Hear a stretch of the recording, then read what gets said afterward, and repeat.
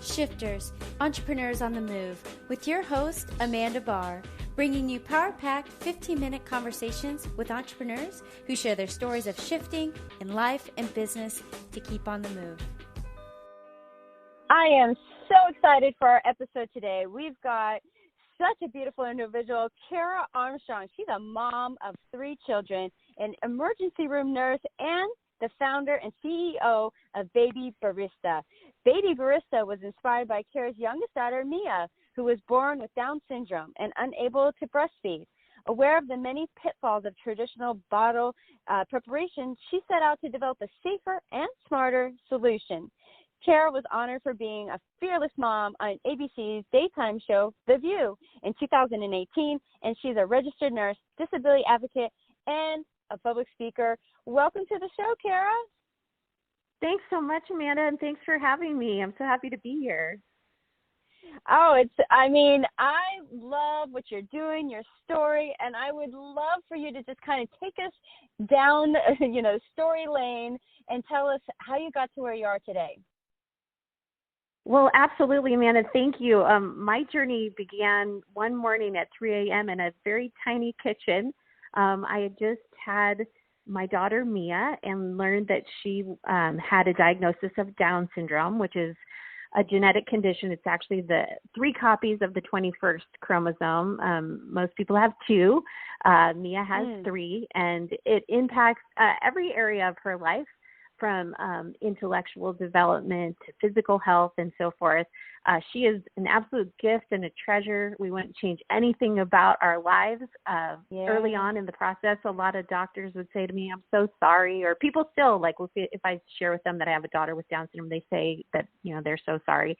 Our message to we're not sorry. Mia has inspired us in many ways, but she inspired Baby Barista. And so one morning, because she couldn't breastfeed, that was part of her condition. Many babies that have Down syndrome have a hard time breastfeeding. And so I wanted to be a breastfeeding mom. As a nurse, I knew all the benefits of breastfeeding, but I was kind of locked into a corner. She couldn't suck. I tried hard and hard, for a long time, to get her to latch, and it just wasn't happening. So I had to bottle feed her. So one morning at 3 a.m., holding a crying and hungry baby in one arm and trying to assemble the contents of a bottle with my one free hand, I looked up at the coffee maker on my kitchen counter, and I had that, Oprah aha moment. I said, wow, this is so unfair. I can have coffee at the touch of a button in under a minute, and my baby's waiting 15 minutes for her bottle to be ready. I was like, this is not fair. And so I just said, gosh, it's 2011, which seems like a long time ago now, but at the time I said there has to be something on the market like this, sort of essentially a Keurig machine for baby formula.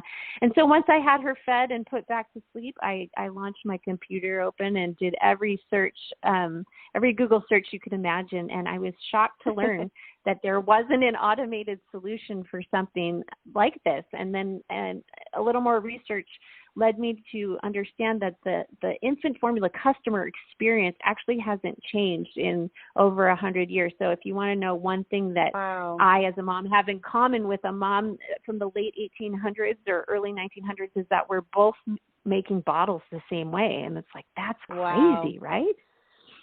So it started a journey. It really is crazy. We don't have a lot in common with those ladies from the early 1900s, but so it started me on a journey. I couldn't shake it. I couldn't get it off my mind, and so I have worked tirelessly, actually, for the last 9 years. My daughter is actually 9 now. Developing a complete ecosystem of products that is going to hopefully revolutionize the infant formula feeding experience, the whole experience, take away all the pain points. And even it's right there in front of us all, and we all, the moms out there are probably going, "Oh my God, where is it? Can I get this product now?" Because really, that space has not changed. They have changed diapers and everything else, but not the formula making process.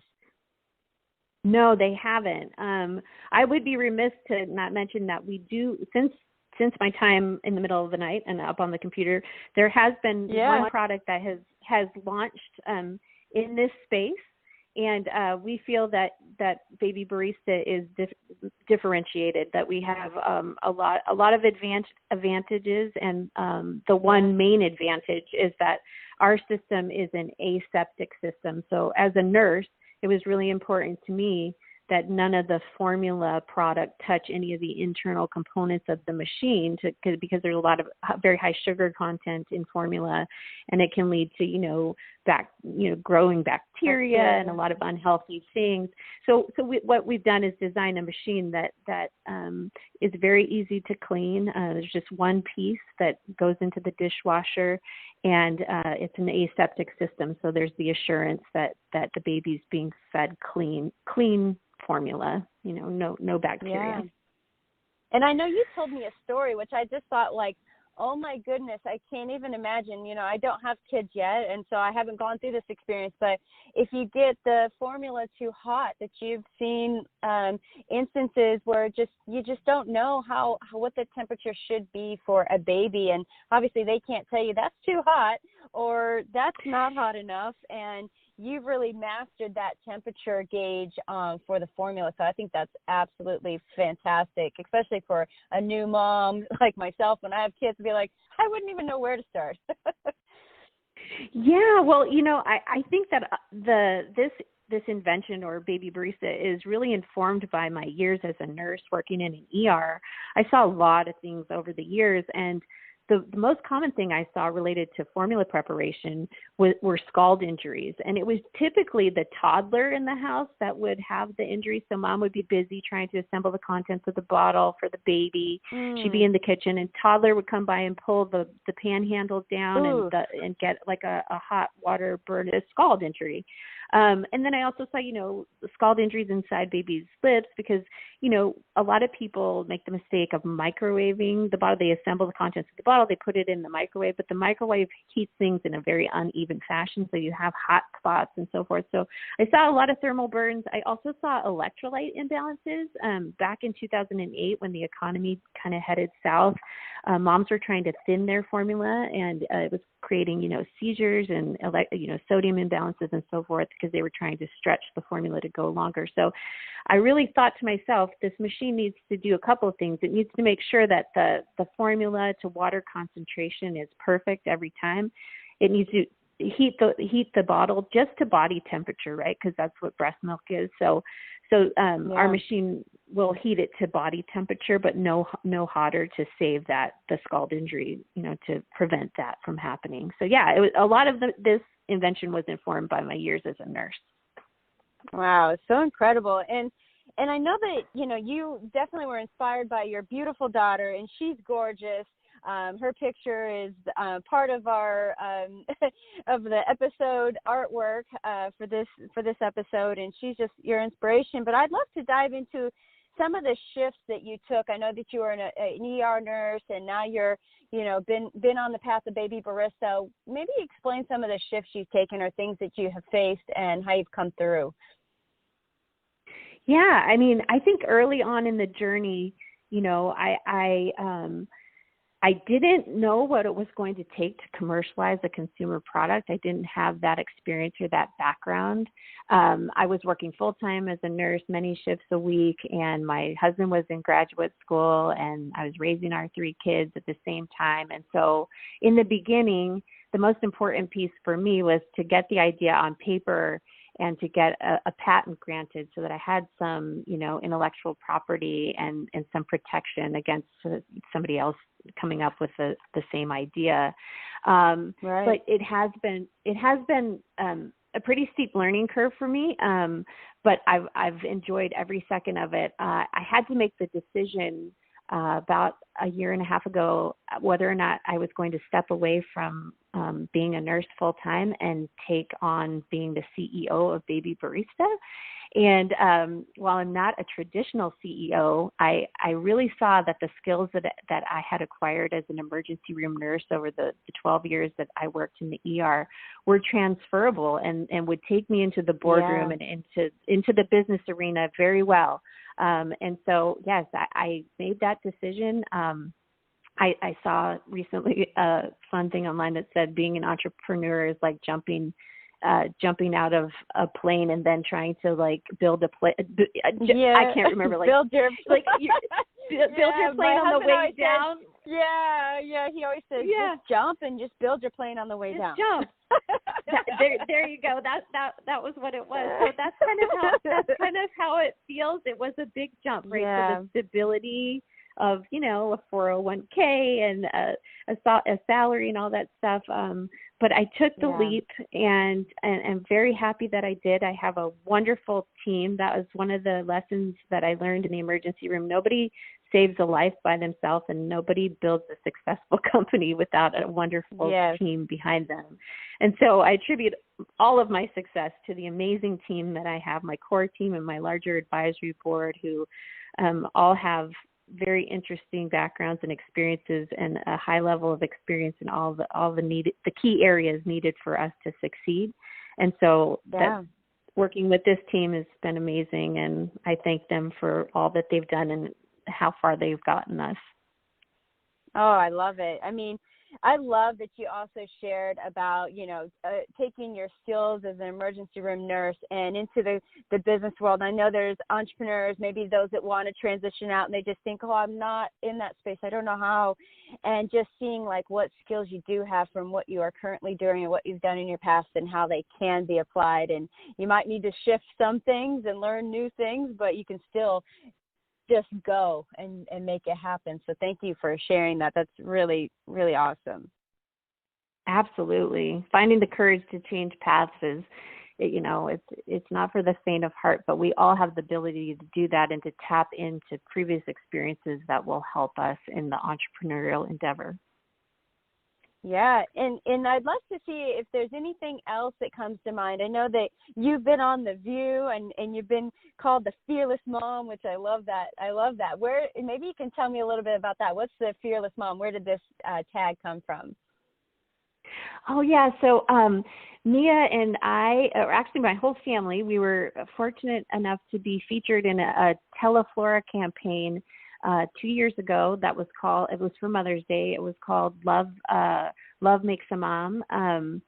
And there were three commercials made. All the women that participated in this campaign had incredible stories. They were fearless moms that were, you know, facing their fears to raise their children. And so my story obviously was the story of having a daughter with Down syndrome and facing that diagnosis. And so when the commercials aired, they selected my commercial and invited me to be interviewed on The View. It was definitely one of the highlights of my life.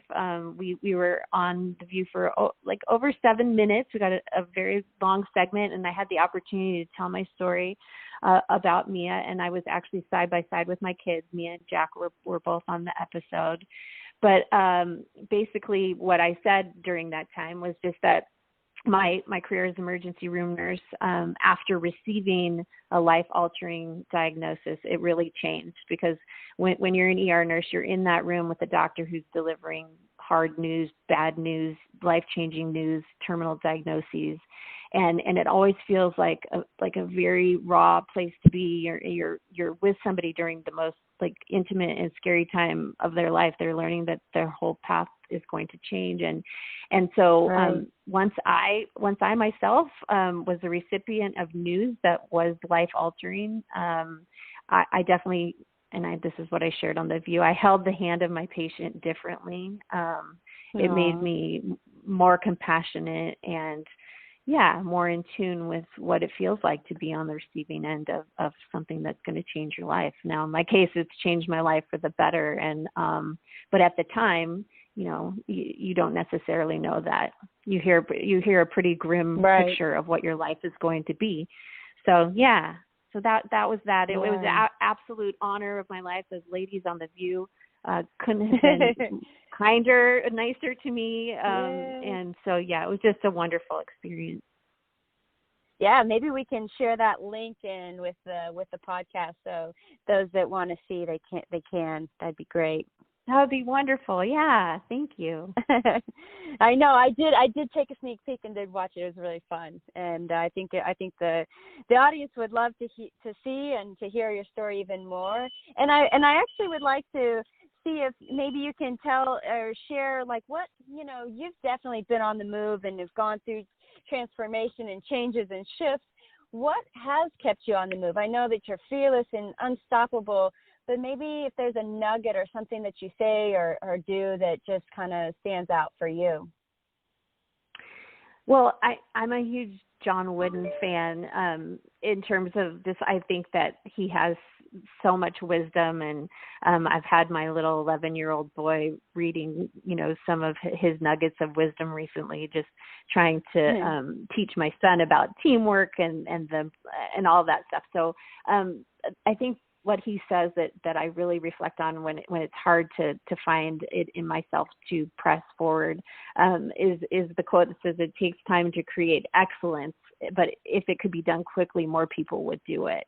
So sometimes they get down in the dumps, like, oh my gosh, I can't believe this has taken 9 years, and maybe I wish that I was further down the road. But I think that excellence and persistence are inextricably linked, and I just sometimes have to pat myself on the back and say, you know what, good job, you're staying in the game. If this was easy, there would be more people doing it. So yeah, I think persist. My take home message would be keep going, keep chugging, and particularly in these uncertain times, I think we all need to hear that it's okay. Just put one foot in front of the other. Right now, that's what success looks like. Success looks like getting out of bed and surviving the day. And sometimes in your entrepreneurial journey, just taking that next step forward in faith and, persisting even when the chips look low, just keep going. Yeah, I love that. It's like nobody sees all those days that it took to get to the success that they'll see on the back end of it. And that's when that character is being tested and tried and built along the way. So thank you for that. It's an incredible nugget, and thank you for the quote. And, just to kind of wrap up, I would love for our audience to be able to get in touch with you. We'll include the links in your contact information below, but if there's somebody that's listening and doesn't have a place, what's the best way for them to get in touch with you, Cara? So they can definitely go to our website, which is mybabybarista.com.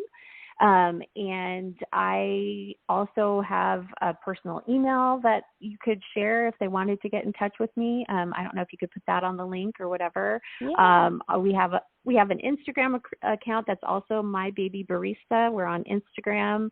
My daughter Mia has an Instagram account that's called Count Mia In, which is kind of like, her journey and all of the incredible things that she's doing and how she's changing people's minds about intellectual disability.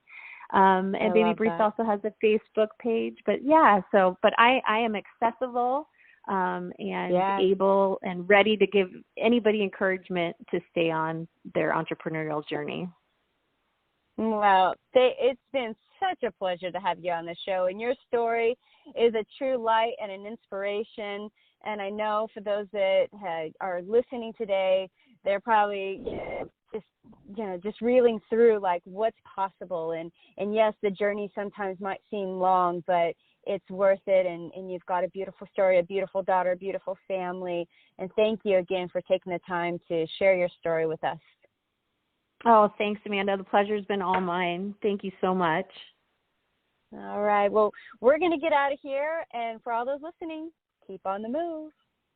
We hope you enjoyed the episode today. We appreciate each one of you for listening and hope you left inspired and motivated to keep on the move. If you think this episode might help or inspire someone else, please share. Don't forget to subscribe and keep in the loop to hear more incredible stories of entrepreneurs like yourself on the move. Thank you for our supporters, RTB Capital Group, Financial Powerhouse, Callcast, and Power Podcasting. Now, get out there and keep on the move.